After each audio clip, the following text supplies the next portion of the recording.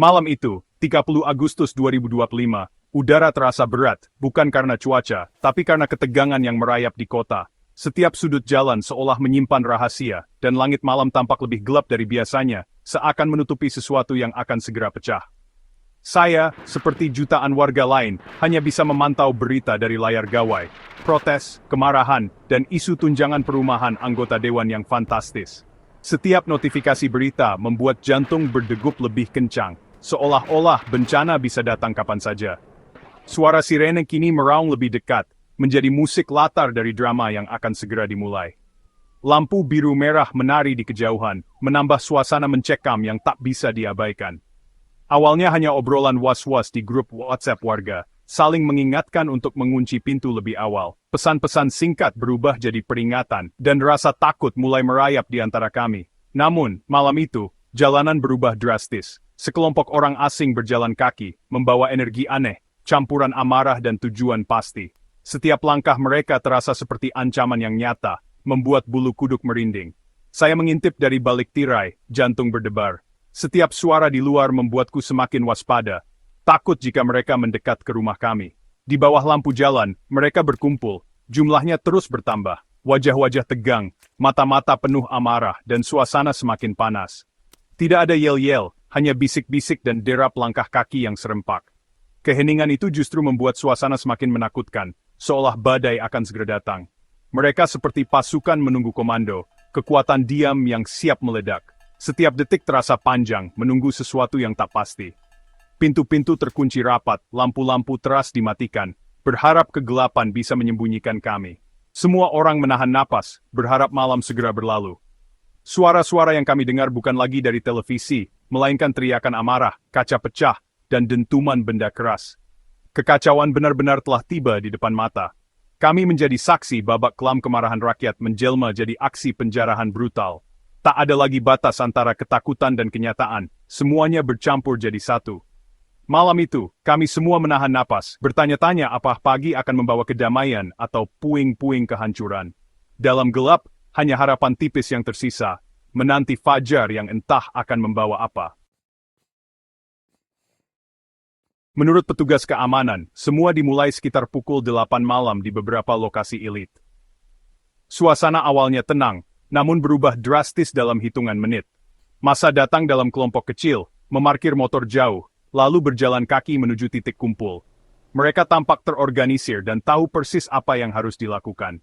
Seorang satpam bercerita, awalnya mengira mereka hanya nongkrong, tapi jumlahnya terus bertambah jadi ratusan. Situasi semakin mencekam seiring bertambahnya massa. Mereka membentuk barisan longgar, mengepung area rumah sasaran, membuat petugas merasa terintimidasi. Tidak ada yang berani mendekat atau mencoba membubarkan. Upaya negosiasi hanya dibalas tatapan dingin dan kebisuan. Tidak ada kata-kata, hanya keheningan yang menambah ketegangan. Di Bintaro, polanya serupa, massa muda, wajah asing, bergerak disiplin tanpa teriakan. Mereka tampak seperti pasukan yang sudah terlatih. Semua terasa seperti operasi yang direncanakan matang, menunggu satu pemicu. Setiap gerakan tampak sudah diatur dengan cermat. Keheningan mereka justru paling menakutkan, bukan kerumunan kacau, tapi unit terkoordinasi. Tidak ada yang tahu apa yang akan terjadi selanjutnya. Seorang koordinator memberi arahan dengan isyarat tangan, memastikan jalur pelarian tetap aman. Semua tampak sudah direncanakan dengan detail. Ini bukan amuk spontan, ini serangan diperhitungkan. Eksekusi dingin yang membuat warga dan petugas benar-benar tak berdaya. Mereka hanya bisa menyaksikan dengan cemas. Tidak ada yang berani melawan, semua hanya bisa menunggu apa yang akan terjadi. Ketidakpastian membuat suasana semakin mencekam. Malam itu, rasa aman benar-benar lenyap. Semua orang hanya bisa berharap situasi segera berakhir tanpa insiden lebih lanjut. Kejanggalan pertama aba-aba kembang api. Begitu letusan terdengar, massa bergerak serentak. Pintu gerbang didobrak, pagar dilompati, rumah berubah jadi medan pertempuran dalam hitungan detik. Sinyal ini menandakan komando terpusat, jauh dari kerusuhan spontan. Saksi juga melihat drone berterbangan di atas lokasi, memantau situasi dan memberi panduan. Penggunaan drone menandakan perencanaan dan sumber daya serius. Pola serangan dua gelombang. Gelombang pertama merusak pertahanan, lalu massa menghilang. Beberapa jam kemudian gelombang kedua datang, lebih besar dan beringas, menguras isi rumah. Strategi ini efektif melemahkan perlawanan. Petugas kelelahan, tak siap menghadapi serangan kedua. Pola ini terlihat di rumah Sri Mulyani, Eko Patrio, bahkan rumah yang salah sasaran. Semua ini melukiskan gerakan sangat terorganisir, bukan ledakan emosi sesaat. Penjarahan berubah jadi operasi taktis. Pertanyaan terbesar, siapa para penjara itu? Jawabannya, mereka bukan warga sekitar. Saya kenal semua wajah di sini, tapi malam itu tak ada satu pun yang saya kenal, ujar Pak RT. Para pelaku adalah orang asing, diduga massa yang dimobilisasi dari luar. Profil mereka seragam laki-laki muda, bugar, bergerak cepat, banyak menutupi wajah dengan masker. Beberapa membawa senjata tajam, cukup untuk menciptakan teror. Ada koordinator yang memberi instruksi, membagi tugas mendobrak, berjaga, mengangkut barang. Mereka bergerak seperti menjalankan misi, bukan sekadar menjarah. Misteri identitas mereka menambah keresahan. Siapa yang mengorganisir, siapa yang membiayai. Spekulasi liar beredar kelompok bayaran, atau gerakan politik terstruktur. Siapapun mereka, kehadiran pasukan tanpa wajah ini menunjukkan betapa rapuhnya keamanan kota. Pagi setelah penjarahan, rumah-rumah pejabat berubah jadi reruntuhan. Di Tanjung Priok, rumah Ahmad Sahroni hancur pagar jebol, pintu rusak, isi rumah diobrak-abrik. Barang mewah, koleksi, mobil, semua jadi sasaran amuk massa. Di Mega Kuningan, rumah Eko Patrio dicoreti cat semprot, jendela pecah, perabotan terbalik. Butuh puluhan personel TNI untuk mengamankan lokasi, tapi bekas amarah massa masih jelas.